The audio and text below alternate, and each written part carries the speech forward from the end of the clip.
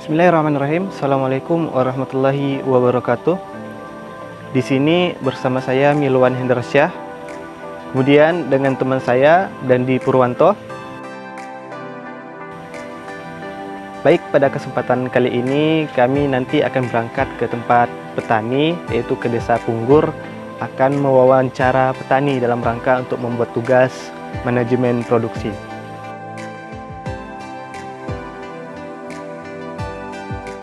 Di sini sudah bersama kita ya, Bapak Aswadi ya.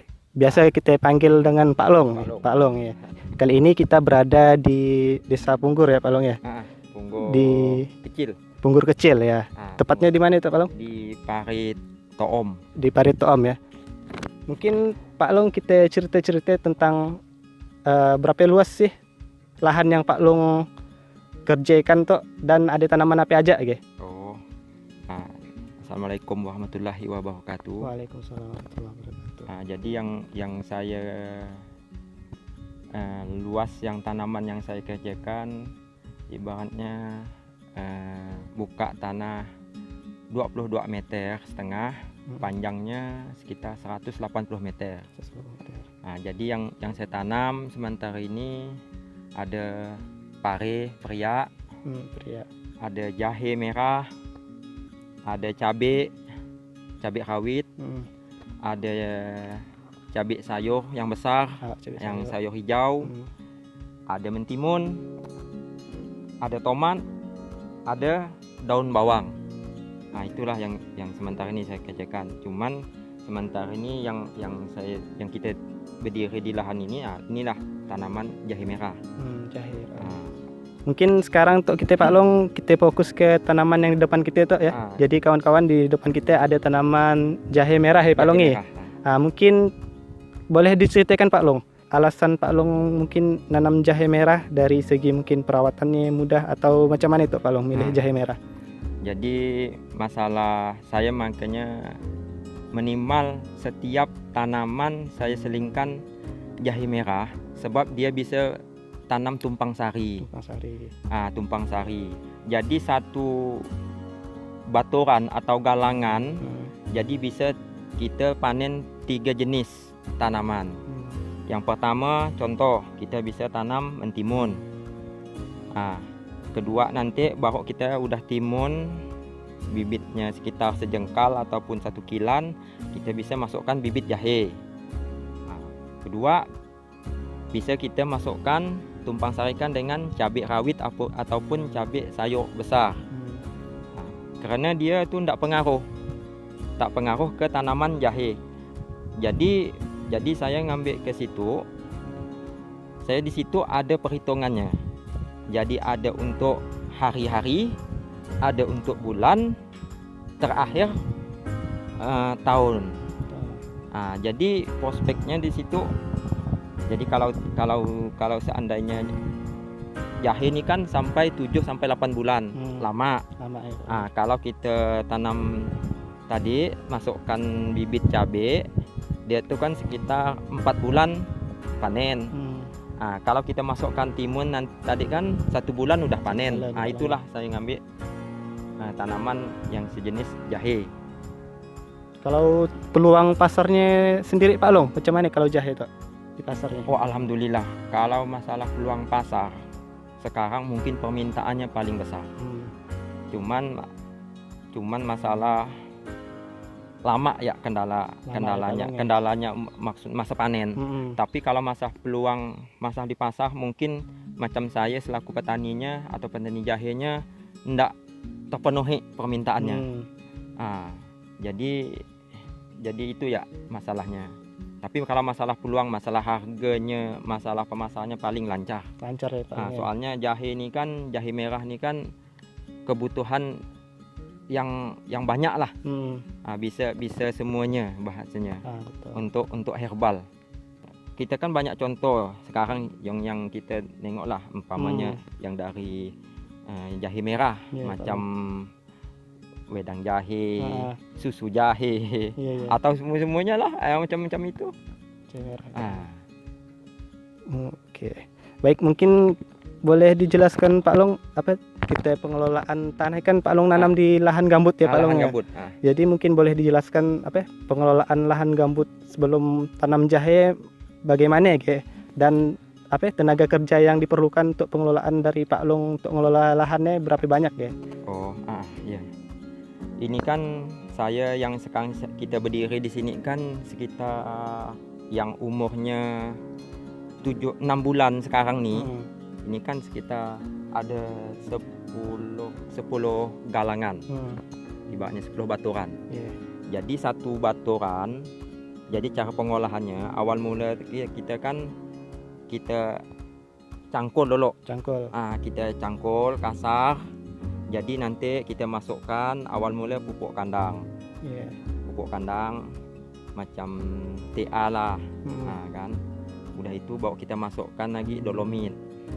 Terserahlah dolomit jenis apa, tapi yang jenisnya dolomit yang lumayan tuh dolomit yang saya pakai ini untuk pribadi saya kalsium.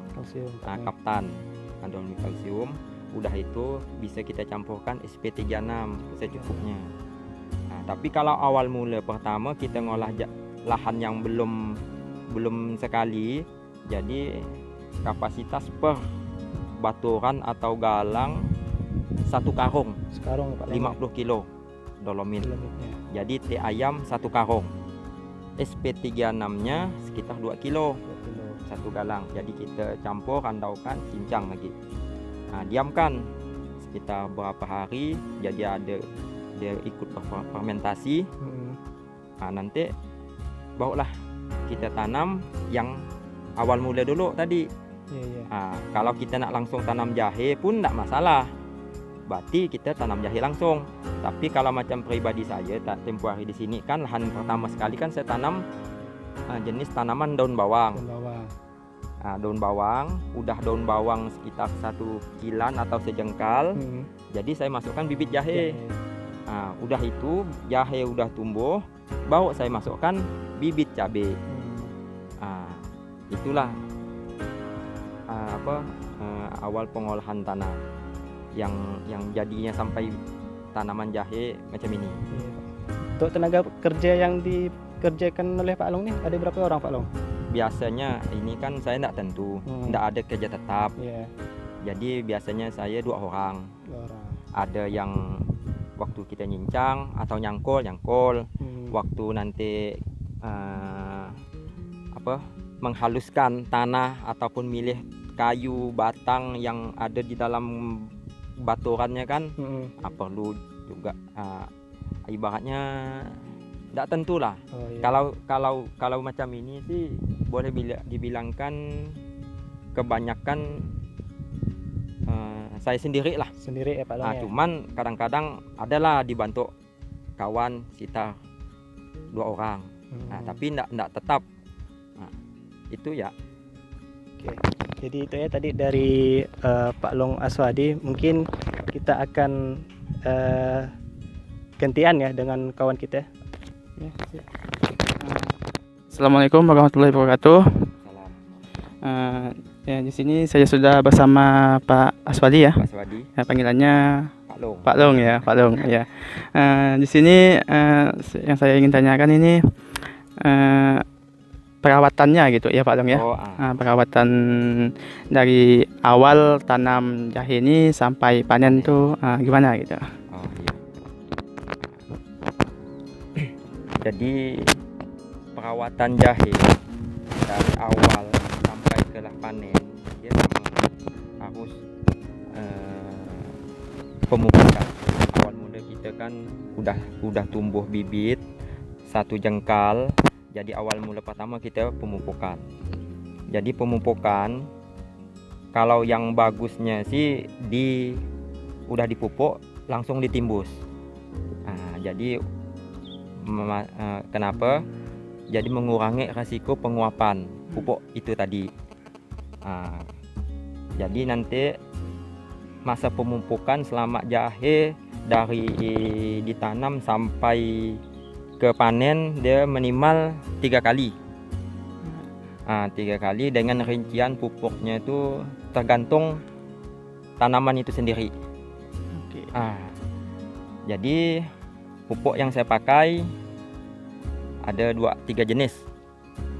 Yang pertama yang saya pakai biasanya Posca, kedua Urea, ketiga NPK Mutiara. Jadi tergantung kebutuhannya tanaman itu tadi. Setelah itu Pak Long, di sini kan otomatis pemupukannya kan sudah diberikan gitu ya. Apakah ada perawatan khusus lagi kan selain pemupukan? Apakah perawatan dengan apa, pestisida atau pengalihan hama penyakit dan lain sebagainya gitu? Tentu. Soalnya dia kan biasanya hama ataupun itu pasti ada. Contoh hama insektisidanya ataupun jamur. Nah, jadi kita sini saya pribadi, jadi saya pakai insektisidanya yang model tepung. Nah, itu pun ndak semestinya tepung selama dia panen tuh ndak. Ibaratnya yang saya pakai insektisidanya jenis tepung Sapin. Nanti fungisidanya sejenis Bion M, itu dari produk Syngenta. Itu yang saya pakai. Tapi kita pun melihat sikon dari tanaman. Seandainya kalau memang kebutuhannya tadinya beda, jadi kita pakai insek yang lain. Kadang-kadang ada yang pakai Demolis, itu dari produk DGW untuk kutu ataupun bengas. Bahasa saya tuh bengas. Bahasa Sambasnya bengas. Bengas. Yang bengas putih yang halus ya. Jadi saya sempat pakai Sapin sama Demolis yang punya produknya dari DGW.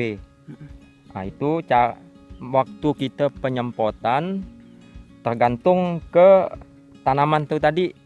Waktu ada hama itu udah pasti. Tapi kalau bagus sih waktu pencegahan. Sebelum dia sakit ataupun tidak sehat, kita udah vaksin dulu lah. Kita semprot bahasanya. Minimal dia enggak terlalu sering lah mupuknya. Kadang maksudnya enggak sering lah nyemprotnya. Gitu. Minimal dia 2 minggu 1 kali. Itu aja. Makanya enggak terlalu banyak nyemprot.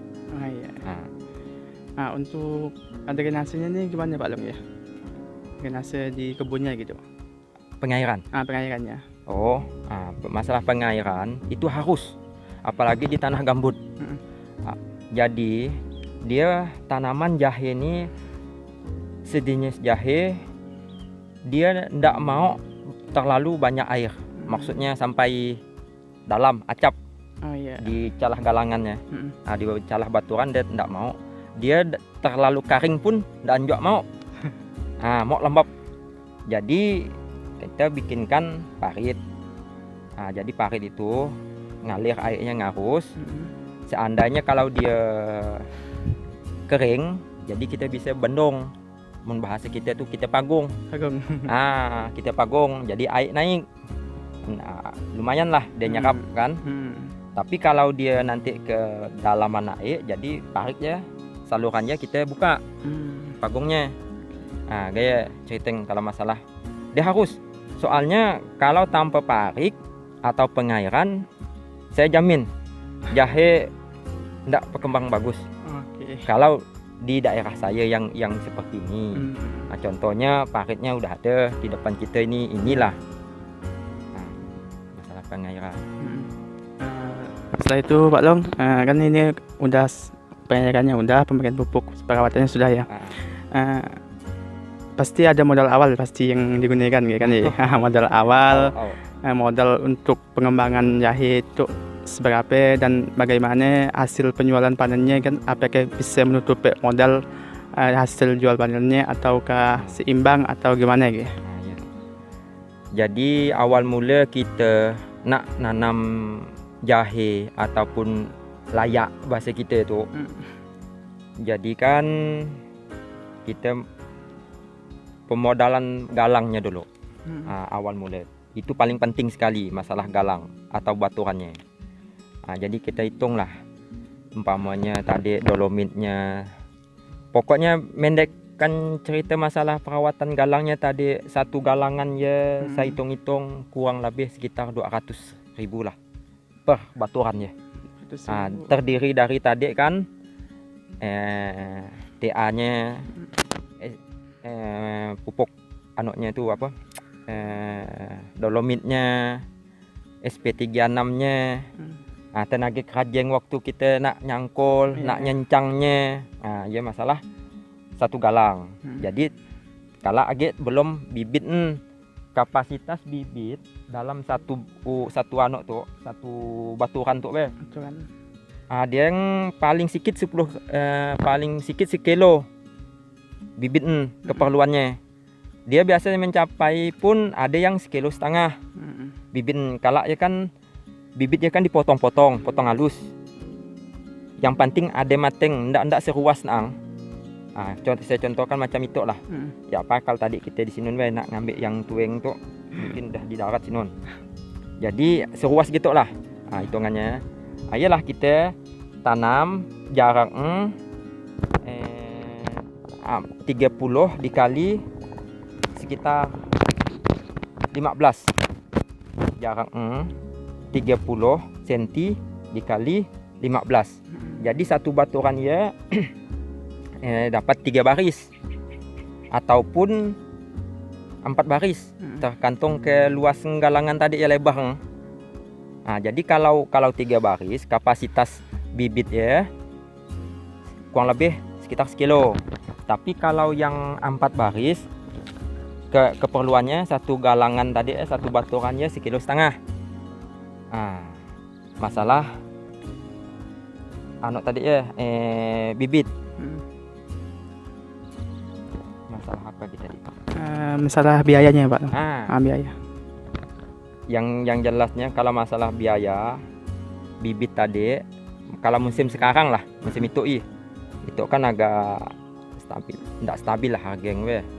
Bibit sekitar 20.000 atau sampai 25.000 lah per kilo. Karena bibit ya lain dengan yang kita jual yang macam di pasar ya. Dia kan bibitnya kan yang tue, yang kalau bagus yang 9 bulan ke atas. Yang benar-benar tue ya. Kedua, ndak kena virus. Kita milihan bibit ya. Jadi kalau udah selesai jahe ditanam hidup, kalau kita nanam cabai, tanamlah cabai di tengah galangan tadi ya, bisa. Jadi tumpang sari lah deng. Ya. Jadi ibaratnya hasilnya ya lumayan lah. Kalau cabai kan pertanyaannya kan panen. Panen.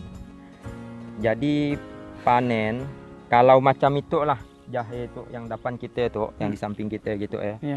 Taksiran saya sih kalau 50 kilo per baturan sih mungkin ada. Alhamdulillah. Jadi per kilonya kan anggaplah rata-rata sekarang 18.000 sampai 20.000. Jadi dikali 50 kilo kan per galang kan ndak kurang lebih 1 juta ya. 1 juta.